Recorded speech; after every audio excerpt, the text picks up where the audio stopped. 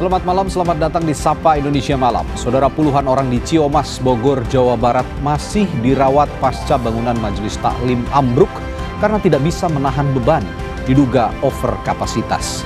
Korban didominasi ibu-ibu dan anak-anak. Selain puluhan terluka, ada 3 korban meninggal dunia.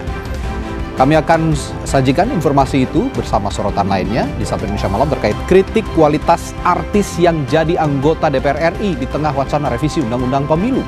Apakah RUU Pemilu akan jadi langkah baik untuk mengevaluasi kualitas DPR RI?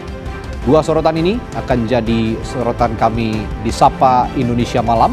Saya Radi Saputro.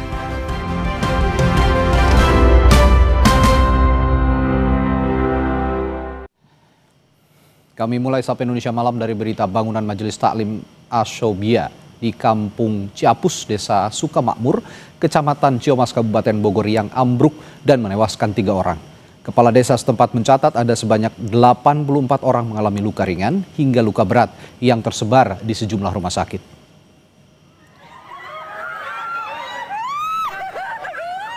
Mayoritas korban yang mengalami luka parah ada di bagian kepala serta luka dalam. Ambruknya bangunan Majelis Taklim diduga karena tidak kuat menahan beban jemaah yang tengah memperingati acara keagamaan. Kepala Desa Sukamakmur, Sri Widiari, menyatakan saat ini telah terdapat posko yang diperuntukkan bagi warga yang alami luka ringan dan tidak sempat ke rumah sakit. Dari 3 korban meninggal, 2 diantaranya merupakan warga Desa Sukaluyu, sementara 1 lainnya adalah warga Desa Sukamakmur.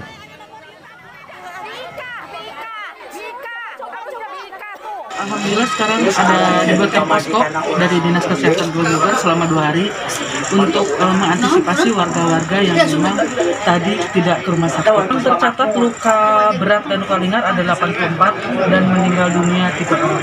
Warga Desa Sukamakmur, warga saya sendiri juga Desa Sukaluyu 2 orang. Pemerintah Kabupaten Bogor akan menanggung semua biaya perawatan korban ambruknya Majelis Taklim di Desa Sukamakmur, Kecamatan Ciomas pada Minggu siang. Hal itu disampaikan Wakil Bupati Bogor Ade Ruhandi saat mengunjungi korban yang dirawat di RSUD Kota Bogor. Biaya, tadi ada pertanyaan tentang biaya, bahwa semuanya akan kami koordinasikan ini agar menjadi tanggung jawab pemerintah. Dan kami dari pemerintahan untuk Pak Bupati dan Wakil Bupati juga turut prihatin terhadap kejadian ini musibah, dan berduka cita pada saudara-saudara kita yang tadi ada informasi yang meninggal dunia. Dan kami bertitip kepada seluruh rumah sakit yang sudah juga pelayanannya bagus untuk tetap menitipkan warga masyarakat Kabupaten Bogor untuk dilayani secara maksimal. Lalu bagaimana proses evakuasi korban bangunan Majelis Taklim yang ambruk di wilayah Ciomas, Kabupaten Bogor, Jawa Barat? Berikut liputan lengkap jurnalis Kompas TV Jihan Jufri dan juru kamera Andika Pratama di lokasi kejadian yang telah kami rekam sebelumnya. Saudara, saat ini saya berada di Ciomas, Kabupaten Bogor, yang mana pagi tadi ini sebuah bangunan Majelis Taklim ini runtuh dan juga ambruk. Juru kamera saya, Andika Pratama, akan menunjukkan, bisa disaksikan bahwa memang bangunan ini berada di atas, dan dari bangunan ini rubuh hingga ke bawah karena posisi dari bangunan sendiri ini memang berada di dataran yang cukup tinggi. Memang tadi sudah sempat dilakukan baik proses pembersihan, pembongkaran daripada sisa-sisa bangunan Majelis Taklim, bahkan proses evakuasi ini sudah dilangsungkan sejak pagi tadi, yang mana dari hasil evakuasi ini ditemukan ada sejumlah korban, 84 korban luka-luka, dan juga ada sekitar 3 orang yang terkonfirmasi ini meninggal dunia. Kami tadi juga sempat melihat bahwa di sini ada pos pengaduan orang hilang, yang mana memang tadi ada sejumlah keluarga yang datang untuk mengadukan atau menanyakan dari anggota keluarganya yang memang tadi mengikuti acara Majelis Taklim, tepatnya di Ciomas, Kabupaten Bogor, Jawa Barat. Jihan Jufri, Andika Pratama, Kompas TV, Bogor, Jawa Barat. Saudara, korban yang mayoritas merupakan ibu-ibu dan anak-anak langsung dievakuasi ke rumah sakit terdekat. Menurut data dari BPBD Kabupaten Bogor, korban meninggal dan korban luka dibawa ke Rumah Sakit Umum Daerah Kota Bogor, RS Medikal Dermaga, dan RS PMI Kota Bogor. Dirut RSUD Kota Bogor Ilham Haidir menyampaikan korban luka berat mengalami sejumlah cedera patah tulang. Hal itu dikarenakan banyaknya korban luka karena tertimpa bangunan majelis taklim yang ambruk. Kini korban yang berada di rumah sakit juga telah didampingi oleh keluarga masing-masing untuk mempermudah proses pendataan.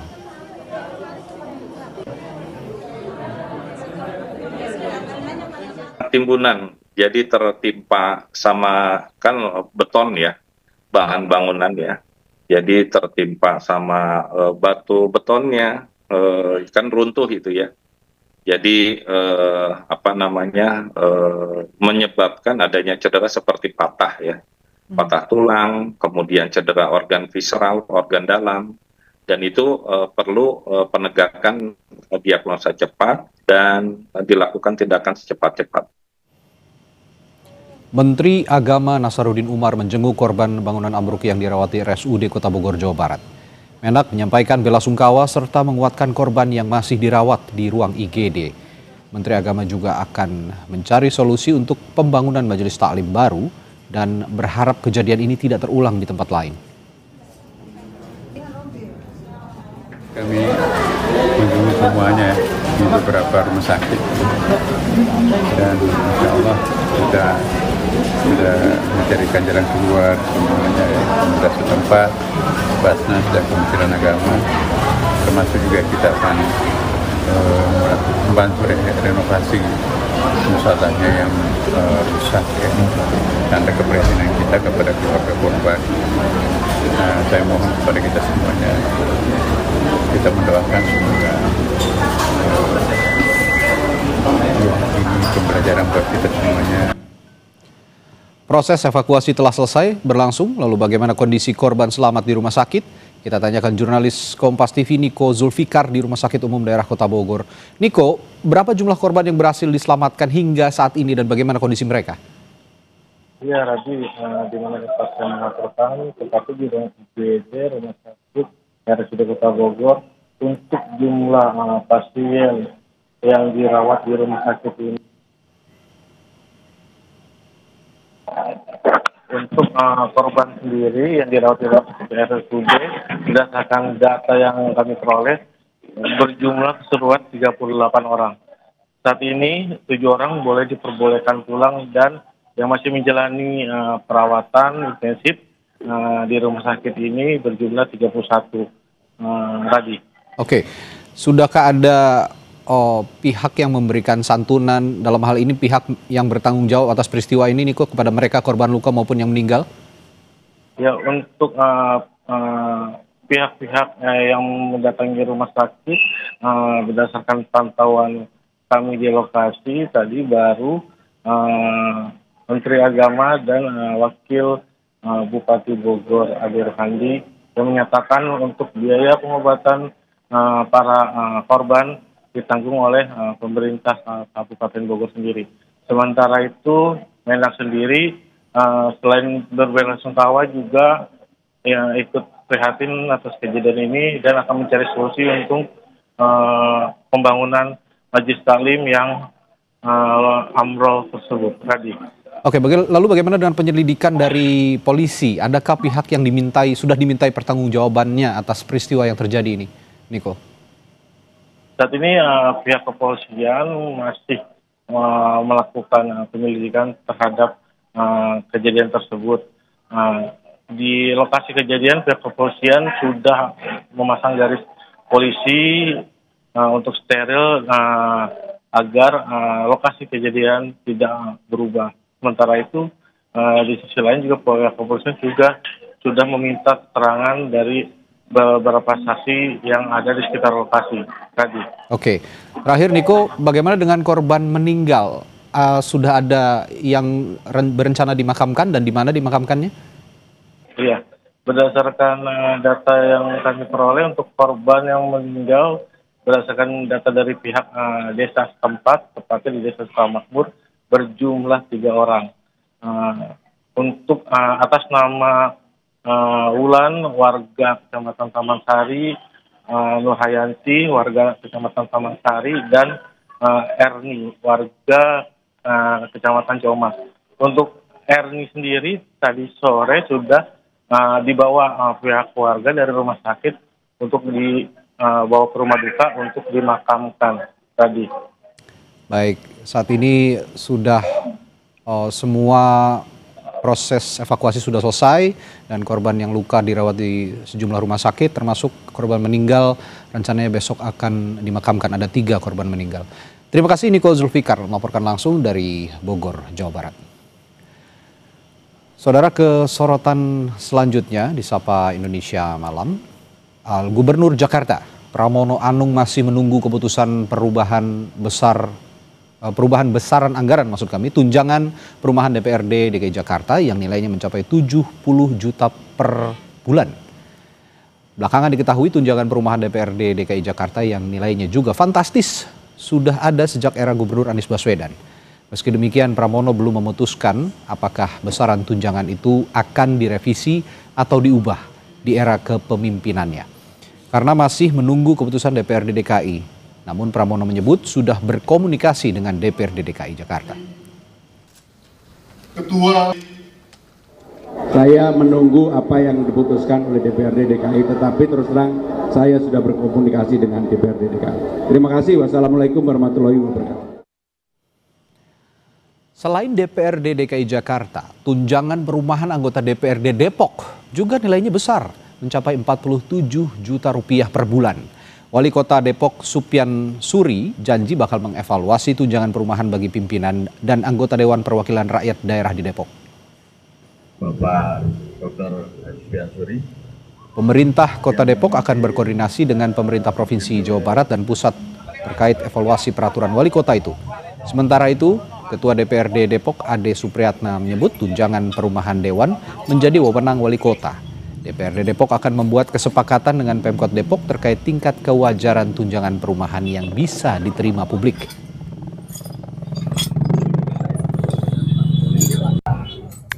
Kami sudah merumuskan terhadap apa yang menjadi harapan masyarakat Kota Depok, termasuk kaum buruh, untuk kita evaluasi kembali. Dan ini juga sedang kami koordinasikan dengan pemerintah provinsi dan pemerintah pusat terkait dengan ini. Karena hadirnya atau lahirnya kebijakan yang kemarin nggak lepas daripada ketentuan aturan yang membolehkan terhadap ketentuan yang kita keluarkan kemarin.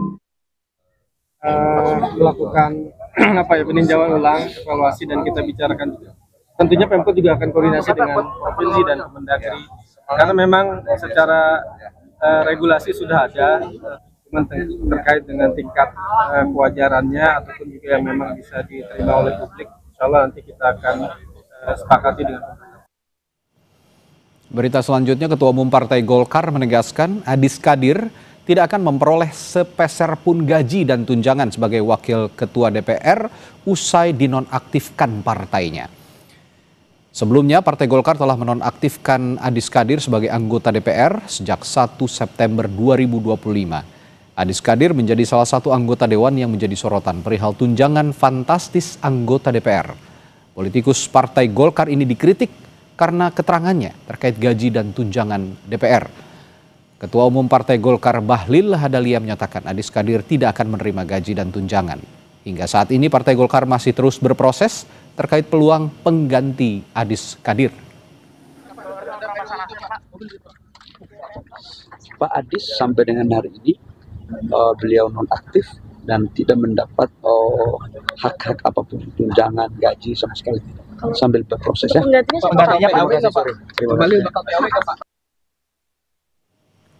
Setelah jeda, kritik terhadap kualitas anggota DPR sekarang ini, apakah waktunya untuk evaluasi total melalui revisi Undang-Undang Pemilu? Topik ini akan kita bahas setelah jeda di Sapa Indonesia Malam.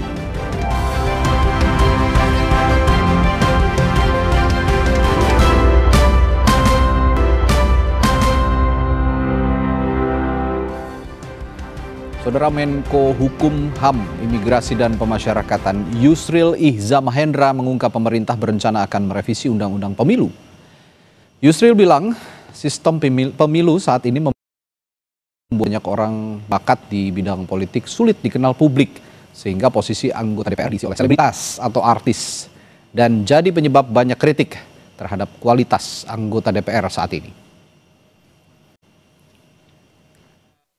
Nah, hal-hal yang lain juga perubahan terhadap undang-undang pemilu, undang-undang kepartaian, itu memang sedang akan kita lakukan karena sudah ada putusan dari Mahkamah Konstitusi yang mengatakan bahwa sistem pemilu kita harus diubah, tidak ada lagi threshold dan lain-lain sebagainya. Dan Pak Presiden pun di awal-awal masa pemerintahan beliau menegaskan bahwa kita perlu melakukan reformasi politik yang seluas-luasnya supaya partisipasi politik itu terbuka bagi siapa saja dan tidak hanya orang-orang yang punya uang, tidak saja mereka yang selebriti, artis yang menjadi politisi, tapi harus membuka kesempatan pada semua. Nah, sistem sekarang ini membuat orang yang berbakat politik tidak bisa tampil ke permukaan, maka diisi oleh para selebriti, diisi oleh artis, dan kita lihat ada kritik terhadap kualitas anggota DPR sekarang ini, dan pemerintah menyadari hal itu. Saudara, tuntutan 17+8 muncul, salah satunya karena kekecewaan publik terhadap wakil rakyat. Kritik demi kritik muncul karena wakil rakyat yang dinonaktifkan oleh partai politiknya, 3 diantaranya merupakan artis atau selebritas. Kualitas anggota DPR kemudian dipertanyakan dan membuat wacana revisi Undang-Undang Pemilu muncul ke permukaan. Apakah soal rekrutmen calon anggota legislatif ini perlu kriteria khusus? Kita akan bahas hal ini dengan Haikal, peneliti Perludem, dan Willy Aditya, anggota DPR RI fraksi Partai Nasdem melalui sambungan virtual. Selamat malam Bung Haikal, Bung Willy. Malam Mas Adi. Oke. Saya ke Bung Willy dulu kalau gitu. Ini partainya juga mewakilkan salah satu artis yang akhirnya juga dinonaktifkan. Bagaimana melihat usul ataupun pandangan dari Prof. Yusril sebagai Menteri Hukum, Bung Willy? Ya, tentu ini harus gayung bersambut ya. It's time to bersih-bersih, tapi ada kata pepatah, Hadi, jangan mengambil keputusan di saat emosi. Oke. Itu yang harus kita jadikan basic ke depan. Saya berulang kali mengatakan keputusan kita harus kita letakkan secara scientific approach on development, on policy. Kenapa? Karena harus ada riset. Ini waktu kita tidak mungkin hanya mengatakan yang sekarang jelek, apakah yang sebelumnya juga nggak jelek. Gini, kalau kita berbicara hanya semata-mata pada satu sisi atau satu variabel, saya mau tanya sama teman-teman, apakah seorang Rieke Diah Pitaloka tidak hebat? Ya, saya sepakat itu. Nah, maka kemudian politik itu punya 2 kaki, apalagi demokrasi. Dalam ranah pemilu, yang pertama adalah selalu berbicara tentang representasi, dia mewakili siapa dan untuk apa. Yang kedua adalah proses pelembagaannya. Nah, kita sedang berbicara apa di sini? Nah, kalau menurut hemat saya sebagai anggota dewan, sebagai bapilu partai, sebagai penggiat partai, yang harus kita lakukan adalah sebuah proses pembaharuan, entah itu namanya transformasi, entah itu namanya reformasi, tapi secara menyeluruh. Semesta politiknya yang harus kita lihat. Jadi saya sepakat ini waktunya, tapi tidak dengan basis emosional. Kenapa? Kita harus berkaca. Dulu kita menolak sistem yang tertutup dan kemudian menggunakan proporsional terbuka ini atas kritik kita pada masa lalu yang sangat limitasi. Ingat itu. Bahkan lagu Iwan Fals masih ingat Mas Hadi, bahwasanya tidak kenal siapa Pak Wakilnya. Iya kan? Jadi masing-masing, semua teori politik, semua teori sosial politik itu memiliki cacat bawaan. Semuanya. Nah, tinggal adalah yang harus kita lakukan. Menurut hemat saya, 2 hal. Yang pertama adalah scientific approach. Kita harus melakukan riset base yang kemudian berbasiskan dialog, poros keduanya. Harus dialog multi layers. Inilah deliberative democracy. Kita tidak menggunakan lagi Athenian demokrasi. Kalau hanya para filosof yang berdemokrasi, itu Athenian demokrasi. Kalau hanya suara Vox Populi, Vox Dei yang berdemokrasi, itu adalah demonstrasi. Suara Tuhan. Maka kemudian kita harus mencari benang merahnya bahwasanya deliberative demokrasi itu adalah basisnya dialog, yaitu melibatkan siapa saja, ya political society, civil society, ya state dalam hal ini, dan kelompok-kelompok kepentingan lainnya untuk duduk bersama, karena tidak ada yang sempurna atau paripurna. Ada kelemahannya dan ada kelebihannya semuanya. Saya menangkapnya dari pernyataan Bung Willy ini, selain bukan hanya soal jangan emosional untuk mengambil keputusan, saya melihatnya tidak semua artis, Bung Hekal, tidak semua artis itu punya reputasi yang buruk di politik. Tadi Bung Willy sudah mencontohkan betapa hebatnya Rieke Diah Pitaloka, betapa hebatnya kalau saya melihat ya, ada Nurul Arifin juga di sana yang juga punya kapasitas baik. Desi Ratnasari, oke. Nah, ini berarti partai politiknya kah yang harus juga pilih-pilih ya? Boleh saja artis, tapi yang punya kapasitas. Bagaimana? Ya, saya sepakat ya dalam posisi itu, bahwa kita tidak bisa kemudian melabeli profesi artis itu sebagai kemudian profesi yang tidak layak untuk masuk ke dunia politik. Kita nggak bisa mengeneralisasi seperti itu. Bahwa ada kemudian artis yang atau selebriti yang kemudian memiliki kualitas yang bagus, kita lihat ada. Namun ada juga kemudian yang mungkin ya kualitasnya tidak baik atau kemudian tidak memahami prosesnya, ya ada juga gitu. Artinya apa? Peran partai politik lah di sini yang harus kuat. Bagaimana kemudian mencari kader itu tidak hanya sebatas popularitas semata, tidak hanya sebatas untuk memenangkan kontestasi kandidasi saja, namun kemudian harus memikirkan bagaimana ini akan bekerja nantinya. Oknum-oknum atau orang-orang ini yang sudah dipilih oleh partai politik untuk mewakili partai politik di dalam kontestasi pemilu, itu kan harus dilihat bagaimana kemudian track recordnya, kualitas dan sebagainya. Maka dari itu kalau misalnya ya berkaitan dengan hal itu, kami di dalam usulan naskah rancangan undang-undang pemilu, jadi ini sekadar informasi Mas Adi, bahwa kalau seandainya tadi kan Bang Willy mengatakan bahwa kita harus scientific base, kita harus melakukan research terlebih dahulu. Nah, teman-teman di masyarakat sipil, di NGO ya khususnya, itu kemudian sudah melakukan itu dari beberapa waktu yang lalu. Dan sekarang kami sedang menyusun naskah rancangan undang-undang versi ataupun usulan masyarakat sipil, yang salah satu poin di dalamnya adalah berkaitan dengan hal yang tadi, bahwa kami mengajukan harus ada persyaratan minimal waktu seseorang sebelum dia dicalonkan oleh partai politik untuk menjadi calon anggota legislatif, ada waktu tertentu dia mengabdi. Kalau misalnya kita atur misalnya ya 2 tahun. Jadi sebelum dia mengabdi di partai politik. Di partai politiknya ya, mengabdi di partai politik yang bersangkutan yang akan, jadi nggak bisa juga. Dia ngabdi di partai politik A terus tiba-tiba nyalon di partai politik B, nggak boleh gitu juga dong gitu. Jadi ada waktu sehingga apa? Proses kaderisasinya berjalan dengan baik, pendidikan politiknya dapat, meritokrasinya berjalan, lalu kemudian calon anggota ini nanti akan dapat memahami visi partainya, dapat dipahami, tujuan dia menjadi anggota legislatif dipahami dan sebagainya. Mengabdi dulu, ini usulan ya Bung Willy, mengabdi dulu di partai politik minimal 2 tahun tadi ya. Kalau usulan kami 2 tahun. 2 tahun usulannya, agar kaderisasi juga benar-benar muncul di partai politik. Mau itu artis, mau itu politisi, mau itu bisnismen. Kalau ada kaderisasi yang baik, ada pengabdian kepada partai politik, niscaya masuk ke DPR juga kualitasnya akan baik. Bagaimana respons Anda, Bung Willy? Ya beginilah, yang harus kita lihat secara objektif Mas Adi adalah semesta politiknya. Toh selama ini itu kan variabel yang sangat prominent dan bahkan determinan itu adalah popular vote ya, popular basisnya. Jadi memang itu selera pasar, suka nggak suka, senang nggak senang. Saya ini kan ya boleh dibilang melakukan kaderisasi pada teman-teman aktivis mahasiswa ya.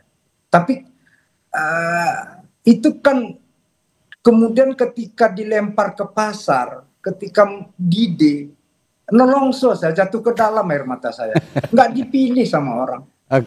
Jadi ada realitas itu yang kemudian harus kita pahami, bahwasanya untuk ini kita rubah. Sepakat saya. Siapa sih kalau kita mau tanya hati kecilnya, siapa sih yang nggak menjerit dengan sistem ini? Semua orang menjerit.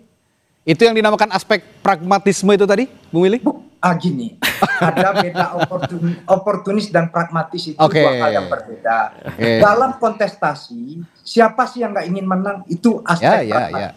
Bahkan Tuhan pun tidak mendikotomikan pragmatis dengan idealisme. Tuhan menciptakan tangan kiri dan tangan kanan. Itu jangan salah sesat pikir kita di sana. Jadi pragmatisme dalam kontestasi, tidak ada orang yang tidak pragmatis dalam kontestasi. Semua ingin menang.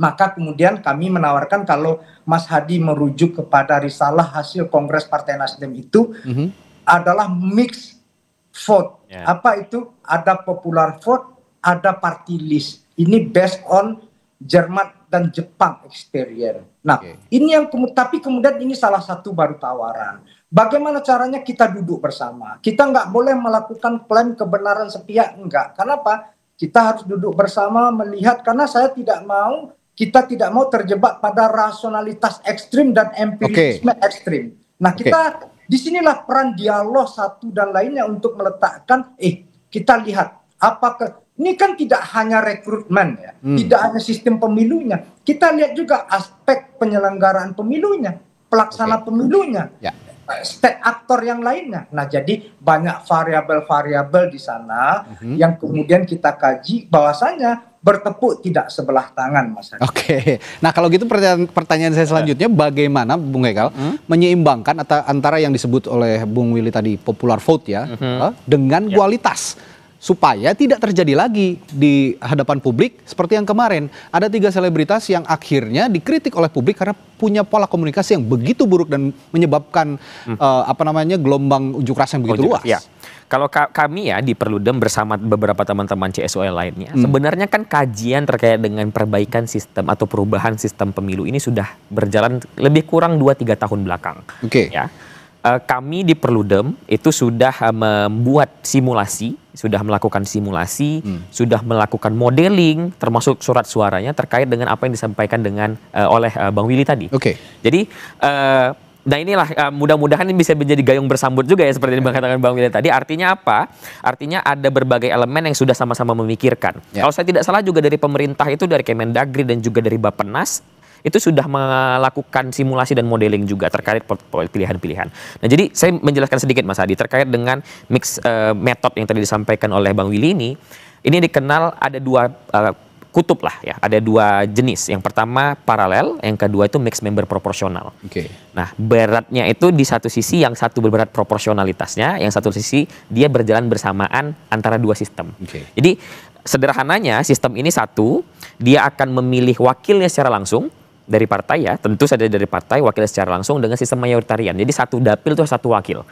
Dan satu sistem lagi ini akan ada sistem proporsional yang proporsionalnya adalah proporsional tertutup. Jadi partai lah yang memiliki kewenangan untuk memilih. Nah, dengan adanya 2 sistem ini, nanti orang-orang yang kemudian punya popularitas tinggi ini ditempatkan di mayoritariannya, sistem mayoritarian. Dan orang-orang yang mungkin championnya partai ya, punya kualitas yang baik namun mungkin popularitasnya tidak begitu tinggi, ditempatkan di sistem yang proporsional tertutupnya. Nah, dengan sistem seperti ini ditambah lagi ya, tentu sistem saja juga tidak mungkin bisa menyelesaikan masalahnya, tetapi kita harus mengikutkan yang lainnya. Seperti tadi saya sampaikan, ada syarat yang harus dipenuhi, lalu kemudian termasuk juga demokratisasi partai, ada yang namanya pemilihan pendahuluan misalnya untuk calon anggota legislatifnya. Jadi ada partai itu melakukan pemilu sendiri gitu loh, untuk menaruh nomor urut. Itulah yang dilakukan oleh negara-negara maju sebenarnya. Benar, seperti apa yang terjadi misalnya di Amerika Serikat gitu kan. Nah, jadi memang kita harus melihat ini ya, dan inilah kenapa kami sejak awal tahun 2025, sejak rancangan undang-undang pemilu dan undang-undang pilkada itu dimasukkan ke dalam daftar prolegnas prioritas 2025, kami sudah dorong segera dibahas. Karena apa? Karena kita butuh nih waktu untuk mensimulasikannya. Karena itu kan tadi Bang Willy sudah sampaikan, jangan sampai kita hanya berbasis kepada praktik saja atau berbasis kepada teori saja. Kita harus lihat lapangannya seperti apa. Nah, untuk itu makanya kemudian kita memerlukan membahas undang-undang ini sesegera mungkin, agar kita punya waktu untuk mensimulasikannya, melihat mana yang baik dan mana yang buruknya, dan kemudian memilih mana yang terbaik untuk digunakan ke depan. Ini ada juga pernyataan yang menarik dari Prof. Yusril sebagai Menteri Hukum, Bung Willy. Sebetulnya banyak non-selebritas yang punya bakat politik ya, yang di bawah under the radar lah, tidak ada di permukaan, tapi punya bakat. Nah, scouting partai politik sejauh itu sejauh ini sudah mencapai ke orang-orang seperti itu atau belum, Bung Willy? Ya, gini, apa yang dikatakan Prof. Yusril benar, dalam kandidasi semuanya kan kita majukan, tapi jangan kita ujuk-ujuk amnesia, Mas Hadi. 2009 itu ketika Pak Mahfud MD jadi ketua MK, dia menggugurkan sebuah tawaran kompromistis dari DPR waktu itu yaitu 35% BPP. Waktu itu masih hitungannya BPP, bukan Sanlak murni seperti sekarang. Itu dibatalkan. Jadi bahwasanya ada proses, ini kan bukan kali pertama ya untuk kemudian eksperimentasi sistem pemilu yang ya kalau boleh kita bilang quote unquote banal, brutal seperti ini ya. Kalau kita mau benar-benar open mind, jujur, objektif, ini kan banal, brutal gitu. Saya secara kepartaian bikin 2 pasca pemilu itu, bikin riset tulisan yang saya publis di dalam saat kongres, yang kemudian bikin dokumentasi filmnya. Bagaimana brutalitas itu saya dokumentasikan semuanya. Bagaimana banalitas itu saya capture dan kemudian dilakukan sebagai sebuah temuan yang ilmiah. Karena apa? Karena kita tidak ingin terjerembab dalam brutalitas dan banalitas seperti ini. Inilah pembelajarannya. Nah, sekarang apa yang ditandaskan oleh Prof. Yusril, orang baik banyak. Tapi kalau orang baik, bukan hanya orang baik, ya, orang berintegritas banyak. Tapi poinnya itu adalah ketika semestanya adalah free fight dan market base, maka kemudian dia kembali ke sana. Maka kemudian ya ini tidak hanya cukup dengan afirmasi. Oke, tapi yang dibilang Haikal tadi, sistemnya akan seperti apa? Ya, tapi kalau memang bicaranya free fight, kalau kita punya sistem pemilu yang sudah dimodifikasi seperti yang dikatakan oleh Bung Haikal, mungkin free fight itu juga bisa diredusir dengan dimasukkannya atau berkompetisinya orang-orang berkualitas di dalam itu. Saya akan minta tanggapan kepada Bung Willy sebentar. Bung Willy, tahan dulu, nanti akan saya tanyakan sesaat lagi di Sapa Indonesia Malam. Tetaplah bersama kami.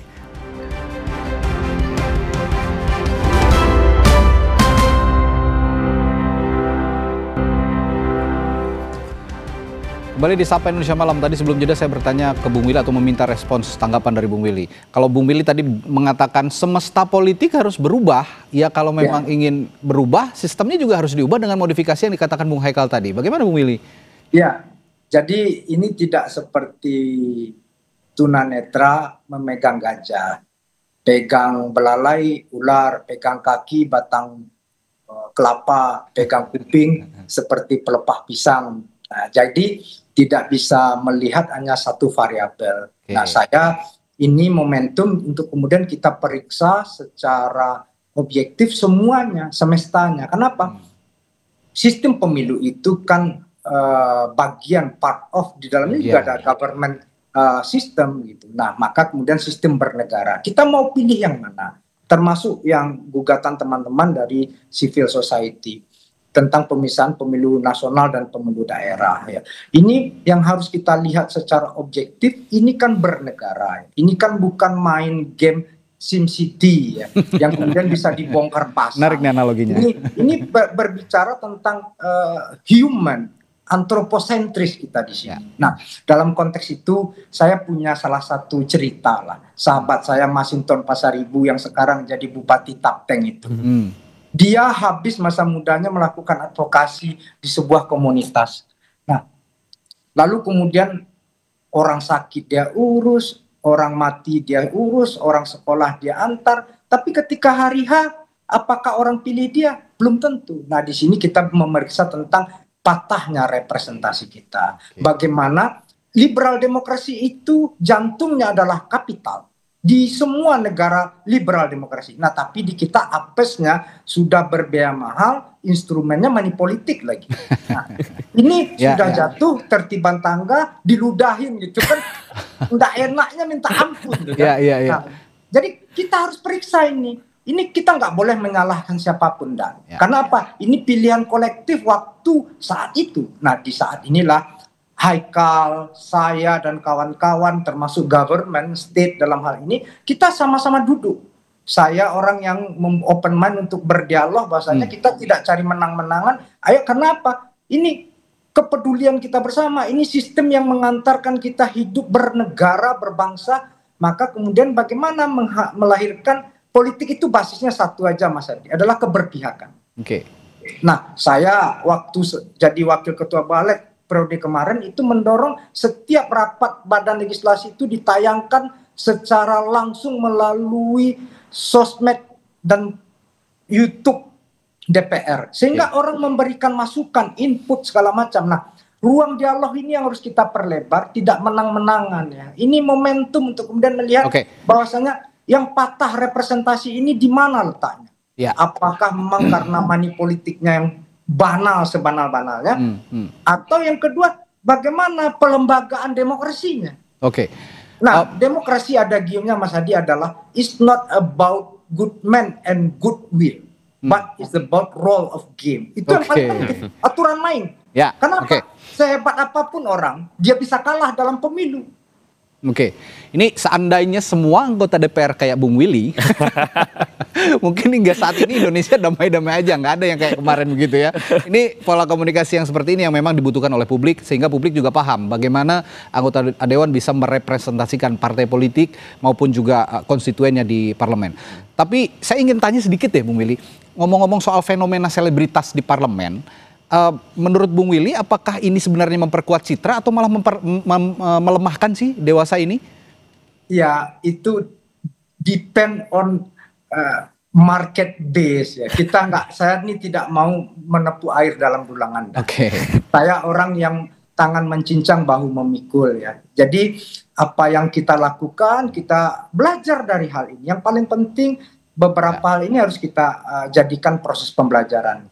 Mas Hadi harus lihat, tanya Bung Haikal itu, bahwasannya beberapa dapil itu ada pesohor idol ya. Itu yang suka nggak suka, senang nggak senang, memang itu taste-nya. Jadi harus diakui itu. Itu benar-benar apa ya? Ya kita aja kita nih ibarat lari pakai mobil Innova, dia sudah pakai Ferrari, gimana komentarnya itu ya, kayak gitu. Nah, jadi kita tidak boleh terjebak pada ekstremitas yang Haikal ingatkan tadi. Ini kita ingat Ronald Reagan ya, dia seorang pesohor ya, tapi dia menjadi presiden yang mengakhiri perang dingin. Kan luar biasa. Jadi kita tidak bisa kemudian menghakimi sebuah profesi, latar belakang orang itu. Kalau kata Albert Camus, nggak fair kita ketika mengadili orang dari latar belakangnya, nggak fair. Kalau gitu saya tetap melihat ini sebenarnya peran partai politik dalam membidik atau scouting ya kader-kader, termasuk para artis, para selebritas, siapapun itu. Nah, ibarat bermain bola, kalau scouting itu pelatih kan harus bisa melihat bibit-bibit pemain yang bisa direkrut gitu ya untuk bermain. Nah, ini kalau begitu, kalau melihat peran scouting tadi, apakah cukup sistem undang-undang pemilunya saja yang diubah atau bisa merambah harusnya di undang-undang partai politiknya juga yang harus diperbaiki? Itu yang saya sampaikan tadi Mas Hadi, bahwa perlu ada demokratisasi di dalam internal partai. Salah satunya misalnya saya contohkan tadi adalah dengan menggunakan sistem preliminary election atau yang disebut dengan pemilu pendahuluan di dalam internal partai, untuk mencari mana kader-kader terbaik, mana kader-kader yang kemudian memiliki kualitas, yang kemudian juga dalam satu sisi untuk melihat apakah dia disenangi oleh publik atau tidak. Dan pertanyaan Mas Hadi tadi benar, bahwa aspeknya tidak hanya sebatas undang-undang RUU Pemilu saja, tapi juga kepada undang-undang partai politik. Karena ada banyak hal yang kemudian harus kita perbaiki di dalam internal partai politik untuk kemudian bisa menjadi lebih demokratis dan segala macamnya. Jadi memang banyak aspek lah yang harus kita bicarakan di dalam hal ini. Termasuk juga misalnya berkaitan dengan bagaimana kita mengubah pola pikir pemilih kita untuk kemudian tidak hanya sebatas pragmatisme dalam memilih itu hanya sebatas ini aja. Melihat ini yang memberikan uang, atau kemudian ini yang terkenal gitu. Nah, ini juga kan sebenarnya kenapa kemudian misalnya dalam konteks yang lain teman-teman Perludem mengusulkan untuk satu, merubah sistem pemilu, dan kemudian merubah desain keserentakan. Karena kalau dengan desain yang sekarang, dengan pemilu 5 kotak, itu partai politik kalau saya tidak salah di angka 20-an ribu sekian harus mencari kader di satu waktu yang sama. Gitu ya. Nah, kalau seandainya ini bisa diubah, kalau sesuai dengan putusan MK misalnya dengan jarak 2 tahun, ini akan memberikan insentif lah, walaupun mungkin tidak sebesar yang kita bayangkan, tapi ada sedikit insentif partai politik ini bisa untuk kemudian lebih lega, lebih bernafas untuk kemudian melakukan kaderisasi, termasuk scouting yang tadi disampaikan.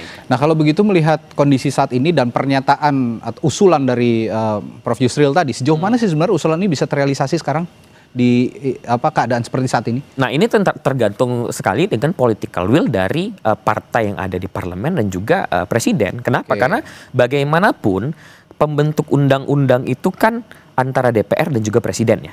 Artinya apa? Proses kesepakatan politik, proses lobby politik yang terjadi dalam itulah yang kemudian akan menentukan. Kami di luar ya, CSO dalam posisi ini kemudian memberikan masukan. Kenapa kemudian kami memilih untuk lebih dulu menyelesaikan naskah rancangan undang-undang dan juga naskah akademik usulan kami? Karena kami ingin ini adalah bahan dialog yang akan dibawa ke pembentuk undang-undang.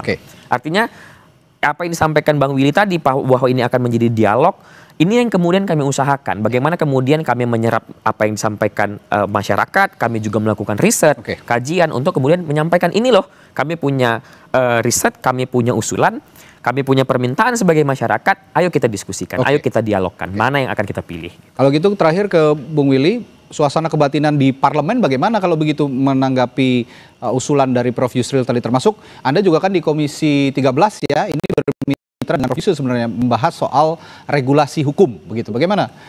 Ya, beda itu nanti prosesnya di Komisi 2 tentang undang-undang pemilu. Memang Prof. Yusril, kalau Menko nggak ada mitranya, yang ada Kementerian Teknis dan Sektor.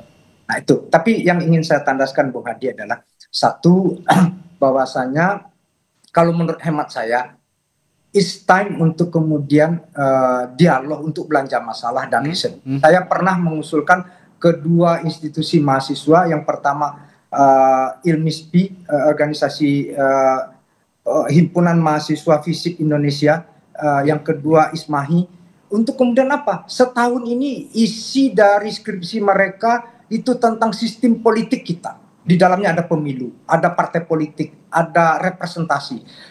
Dan yang kedua, melibatkan banyak hal. Tidak hanya CSO dari Perludem dan kawan-kawan, tapi juga kampus. Jadi kita benar-benar ini bukan bukan bongkar pasang. Jadi kalau kita, ini kan hajat hidup kita bersama. Jadi saran kami, untuk kemudian ini tidak hanya menang-menangan, apalagi Pak Prabowo punya political will yang kuat, pemerintah dan DPR juga ini itu pemilu masih 2029, masih jauh. Jadi justru karena masih jauh nih harus dari sekarang, Bung Willy. Saran saya belanja masalah riset, Des.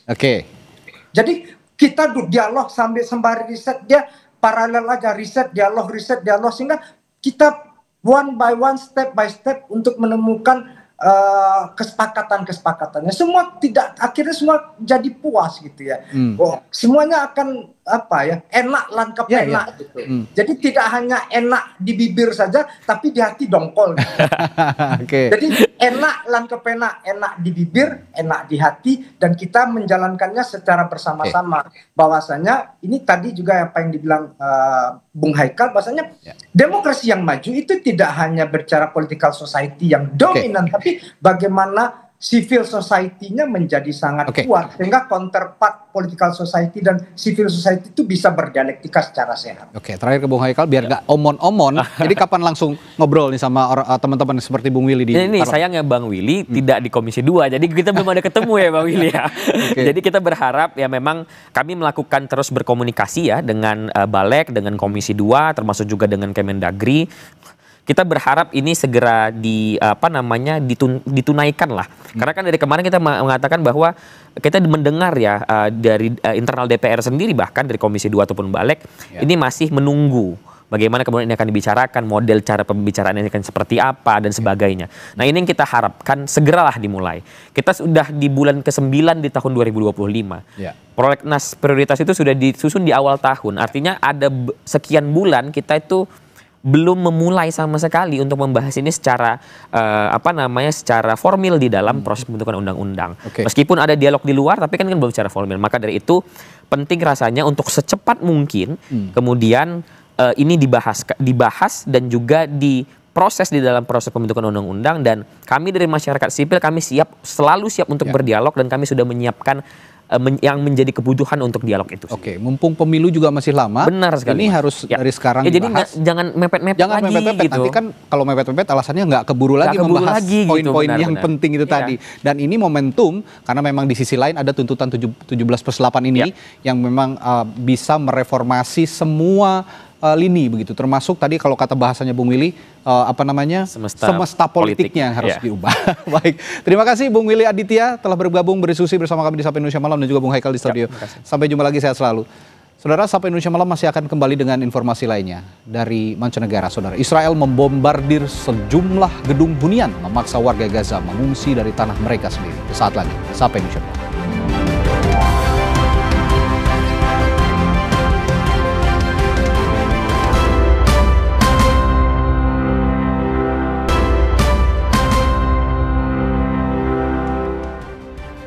Berita dari mancanegara, saudara, Israel memaksa warga Gaza mengungsi melalui peringatan akan mengebom hunian mereka. Tanpa harta, uang, dan pekerjaan di tengah ancaman serangan Israel, warga Gaza merasa tidak ada lagi tempat yang aman. Serangan Israel ke wilayah Gaza, Palestina semakin brutal. Kini Israel membombardir sejumlah gedung hunian, memaksa warga Gaza mengungsi dari tanah mereka sendiri. Di antaranya adalah para penghuni gedung Al-Ruya di Gaza. Sabtu lalu, militer Israel telah mengeluarkan peringatan agar para penghuni meninggalkan gedung sebelum serangan diluncurkan.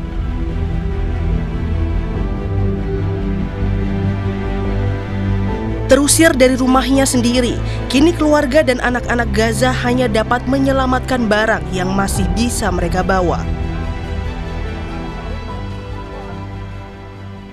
وهاي بيتي مش هرجع له تاني خلص حيروح ايش اعمل هلات يلا في مصاري في شغل في اكل في شرب ما فيش كله ما فيش شايف انه وين نروح يلا مش بس احنا وكل الموجودين وكل العمارة. Sementara warga Palestina lainnya mulai meninggalkan Gaza, mencoba melindungi diri dari serangan Israel. Banyak di antara mereka terpaksa melewati perbatasan hanya dengan berjalan kaki karena kehabisan uang dan harta benda. لأنه ما فيش سيولة، ما فيش مصاري الواحد يدفع إيجارات، ما فيش عمل، ما فيش دخل، ما فيش مساعدات، ما فيش واحد يساعدك ويمدك. مجبورين نمشي نمشي عشان ما فيش سيولة من الشمال للجنوب، وكله كلام أصلا من الفاضي، ما فيش مطارح آمنة. Israel telah memerintahkan warga Palestina di sejumlah wilayah Gaza mengevakuasi diri ke wilayah selatan, area Mawasi di Khan Yunis yang disebut Israel sebagai zona kemanusiaan. Namun warga Gaza merasa kemanapun mereka pergi, baik di wilayah utara pun selatan, tak ada lagi tempat aman. Kini jumlah korban tewas lebih dari 64.300 jiwa sejak Israel menyerang wilayah Gaza Oktober 2023. Beberapa di antaranya bahkan tewas saat Israel menyerang area pengungsian.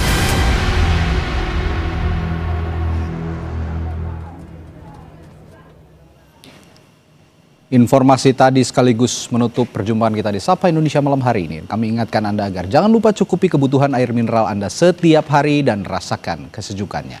Saya Radi Saputro pamit undur diri. Terima kasih, sampai jumpa.